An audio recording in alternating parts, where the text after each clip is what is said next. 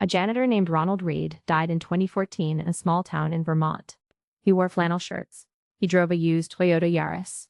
He held doors open for people at the local JCPenney, where he worked part-time after retiring from his first career at a gas station. When his will was read, his neighbors thought there had been a mistake. Ronald Reed had quietly accumulated nearly $8 million. He donated $6 million to his local library and hospital. Nobody in his life had any idea. Not his friends, not his coworkers, not even most of his family. A janitor and gas station attendant had out-accumulated the vast majority of doctors, lawyers, and executives in the country. And he did it by making sure nobody ever noticed. That's not an anomaly. That's a pattern. And the more you study how wealth actually works in this country, the more you realize that the biggest financial edge you can have is looking like you don't have one.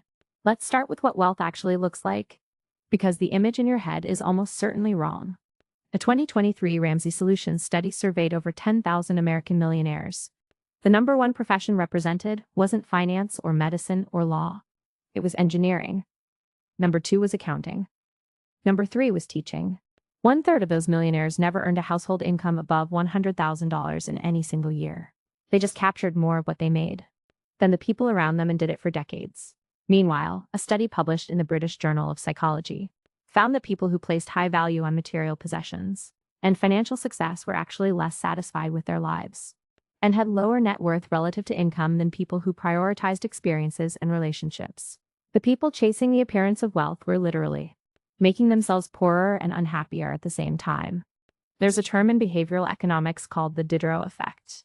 It's named after the French philosopher Denis Diderot, who in the 1700s received a gift of a beautiful scarlet robe. The robe was so elegant that suddenly everything else in his home looked shabby by comparison.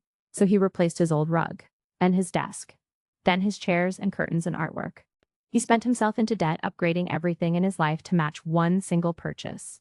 He later wrote an essay about it called Regrets on Parting with My Old Dressing Gown, in which he admitted the robe had enslaved him. This is what visible wealth does. Every luxury purchase you make resets your baseline and creates pressure to upgrade everything around it. You buy the expensive car, and suddenly your driveway looks inadequate. You renovate the kitchen, and now the bathrooms feel dated. You wear the designer jacket, and your shoes need to match. Each purchase generates 3 more purchases, and none of them were part of the original plan. The Diderot effect is one of the most powerful and least discussed forces in personal finance. It's the reason lifestyle inflation feels automatic, like gravity pulling. You're spending upward the moment your income rises. The only reliable defense is to never let the cycle start. Now consider what happens when people do notice your money. In the United States, the number of personal lawsuits filed annually exceeds 40 million. America has more lawyers per capita than almost any other country on earth. And a significant portion of litigation is driven by perceived ability to pay. Attorneys working on contingency actively seek defendants with visible assets. A visible lifestyle makes you a target in ways that go far beyond someone asking you for a loan.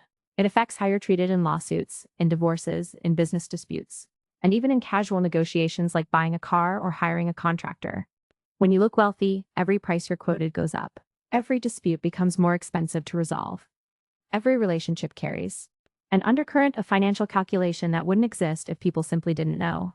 Warren Buffett still lives in the house he bought in 1958 for $31,500 in Omaha, Nebraska. That house is worth roughly $1 today, which sounds like a lot, until you realize that it represents approximately 0.001% of his net worth. He could buy a different mansion every single day for the rest of his life and never notice the expense. But he understood something early that most people never grasp. Your home is not your identity, it's shelter. And the moment you start using shelter as a status symbol, you've signed up for the most expensive performance of your life. Property taxes, maintenance, insurance, furnishings, landscaping, and the endless social obligations that come with living in an aspirational neighborhood. The average American household spends roughly 37% of its after-tax income on housing. Wealthy people who practice financial invisibility often spend less than 15%. That 22-point gap, invested consistently, is the difference between retiring at 55 and retiring at 72. Here's something people don't talk about enough. There's a psychological weight to being perceived as wealthy that has nothing to do with money. It changes how people interact with you in ways that are subtle but constant. Research from Harvard Business School found that people perceived as wealthy are held to higher standards of generosity. When someone known to be rich Gives a moderate gift, it's judged more harshly than the exact same gift from someone of unknown means. Wealthy presenting individuals report higher rates of social isolation, lower trust in new relationships, and a persistent uncertainty about whether people like them or their resources. A 2019 study in the journal Social Psychological and Personality Science found that displays of wealth actually reduce social warmth and likability in the eyes of others, while increasing perceived competence. People thought you were more capable, but liked you less. And in most areas of life, being liked matters far more than being perceived as capable. Let me talk about the tax advantages of financial invisibility, because this is where the math gets genuinely compelling. The U.S. tax code is designed with dozens of vehicles that reward invisible wealth accumulation. A traditional 401k shelters income from taxes today. A Roth IRA lets your money grow completely tax-free for life. A health savings account is what financial planners call the triple tax advantage. Tax-deductible going in, tax-free growth, and tax-free withdrawals for medical expenses. Real estate depreciation allows you to reduce taxable income on rental properties even while the properties appreciate in value. Qualified Opportunity Zone investments can defer and reduce capital gains taxes. None of these strategies require anyone to know anything about your financial life. They're invisible by design. A person contributing $23,500 to a 401k, $7,000 to a Roth IRA, and $450 to an HSA is sheltering nearly $35,000 per year from either current or future taxation, and nobody around them can see any of it happening. Compare that to the person who takes that same $35,000 and spends it on visible upgrades. The spender gets a momentary status boost. The saver gets decades of compounding in tax-protected accounts. There's a concept in military strategy called operational security, or OPSE. It means controlling what information your adversary can observe about your capabilities and intentions. The financially invisible practice a form of OPSE without calling it that. They control the information environment around their wealth. They don't lie about what they have. They simply don't volunteer it. When someone asks what they do, they give a vague but truthful answer. When someone asks about their home or car, they respond without detail. When a conversation turns to money, they listen more than they speak. This isn't antisocial behavior. It's strategic privacy, and it eliminates an enormous category of problems that visibly wealthy people deal with constantly. The solicitations, the expectations, the guilt trips, the sudden appearance of business opportunities from people you haven't heard from in years, the cousins who need just a small loan, the friends who assume you'll always pick up the check. Financial visibility is an open invitation for the world to have opinions about your money, and most of those opinions come attached to requests. Now let me address something important because I don't want this to sound like a philosophy of deprivation. Stealth wealth is not about living like a monk. It's not about denying yourself things you genuinely value. It's about uncoupling your spending from your audience. There's a massive difference between buying a high-quality item because it serves your life and buying a high-status item because it signals something to others. A person who spends $3,000 on a mattress because they value sleep is making one of the best investments possible. A person who spends $3,000 on a handbag because they want others to notice is making a donation to a luxury conglomerate's marketing budget. The purchase amounts are identical. The motivations and outcomes are completely different.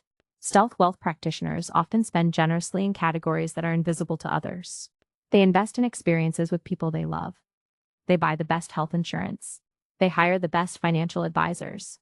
They travel when they want to. They just don't broadcast any of it, because the broadcasting is the expensive part. Not the money spent on the thing, but the cycle of escalation that broadcasting creates. Let me give you a practical framework for how this actually works in daily life. First, automate your wealth building so it happens before you make any decisions. Have your employer deposit a percentage of every paycheck into retirement accounts and investment accounts before you ever see the money. Behavioral research consistently shows that people who automate savings accumulate 2 to 3 times more wealth over their lifetimes than people who save manually.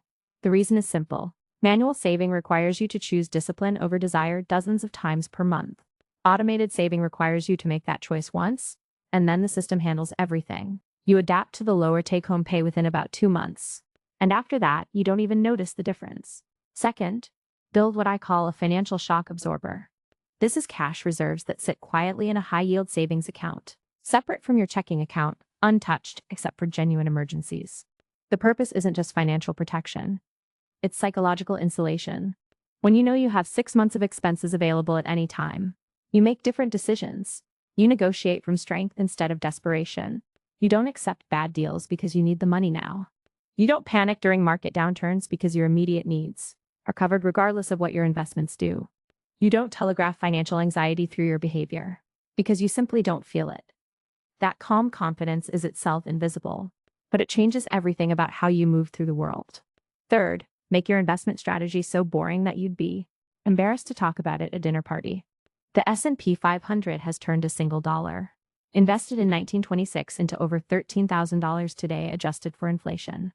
It's done that through wars, pandemics, depressions, recessions, political crises, and technological upheavals. It didn't require genius. It didn't require timing. It required patience and the willingness to be unremarkable. Total market index funds with expense ratios below 0.5% give you exposure to the entire U.S. economy for essentially free. Adding an international index fund and a bond allocation, appropriate for your age, gives you a complete portfolio. That requires about 30 minutes of attention per year. The person who follows this approach and contributes consistently for 30 years will almost certainly end up wealthier than the person who spends hours each week researching individual stocks, chasing trends, and paying higher fees for the privilege. Fourth, audit your social spending ruthlessly. Add up every dollar you spent last year on things you did primarily because other people were doing them or would see you doing them. The vacation that was more about the photos than the experience. The restaurant that was more about the scene than the food. The outfit that was more about the event than your enjoyment. The upgrade that was more about the perception than the function. That total is what your social performance cost you last year. For most Americans, it runs somewhere between $5,000 and $25,000 annually. Invested over 25 years at 8% average returns, $15,000 per year becomes over $2 million. That's what the performance costs. Not the sticker price of the items, but the compounded future value of the money that went to maintaining an image instead of building an asset. I want to talk about the long game because this is where stealth wealth becomes transformational rather than just practical. There are approximately 24.5 million millionaires in the United States right now. The majority of them, over 80%, are first-generation wealthy. They didn't inherit it. They built it through exactly the kind of quiet, consistent, invisible accumulation I'm describing. And here's what's fascinating about that group. Research on millionaires consistently shows they report higher life satisfaction, lower stress, and stronger relationships than high-income individuals who spend most of what they make. The correlation isn't between income and happiness. It's between financial security and happiness. And financial security is built in silence. Think about what the next 10 years of your life could look like if you committed to financial invisibility today. Your income stays the same, but your capture rate goes up dramatically because you stop leaking money through performative spending. Your investments grow untouched because no one knows about them, and therefore no one asks you to redirect them. Your relationships improve because they're no longer contaminated by financial expectations in either direction. Your stress decreases because your buffer grows and your obligations shrink. Your career options expand because you're not chained to a salary that maintains a lifestyle you secretly can't afford to lose. Ronald Reed, the janitor from Vermont, bought individual stocks and held them for decades. He reinvested every dividend. He never sold during downturns. He lived on what his modest jobs paid him and let his investments compound. Undisturbed for over 50 years. He never took a financial course. He never hired a wealth manager. He never downloaded a trading app. He just understood one thing that most people spend their entire lives failing to learn. The money you keep invisible is the money that actually works for you. Every dollar you display is a dollar that stops compounding and starts performing. And performances always have a cost. So the next time you feel that pull to upgrade something in your life, ask yourself one question. Am I buying this for my life or for my audience? If the answer is your audience, the purchase isn't an investment in your happiness. It's a fee you're paying for other people's momentary attention. And attention is the most overpriced, fastest appreciating asset on the market. Real wealth doesn't announce itself. It doesn't need a stage. It doesn't need an audience. It sits quietly in brokerage accounts and index funds and paid-off homes and emergency savings, growing in silence while the world performs and borrows and signals and struggles. The richest people in your neighborhood, your office, your family, your social circle, you probably can't identify them. That's not an accident. That's the strategy.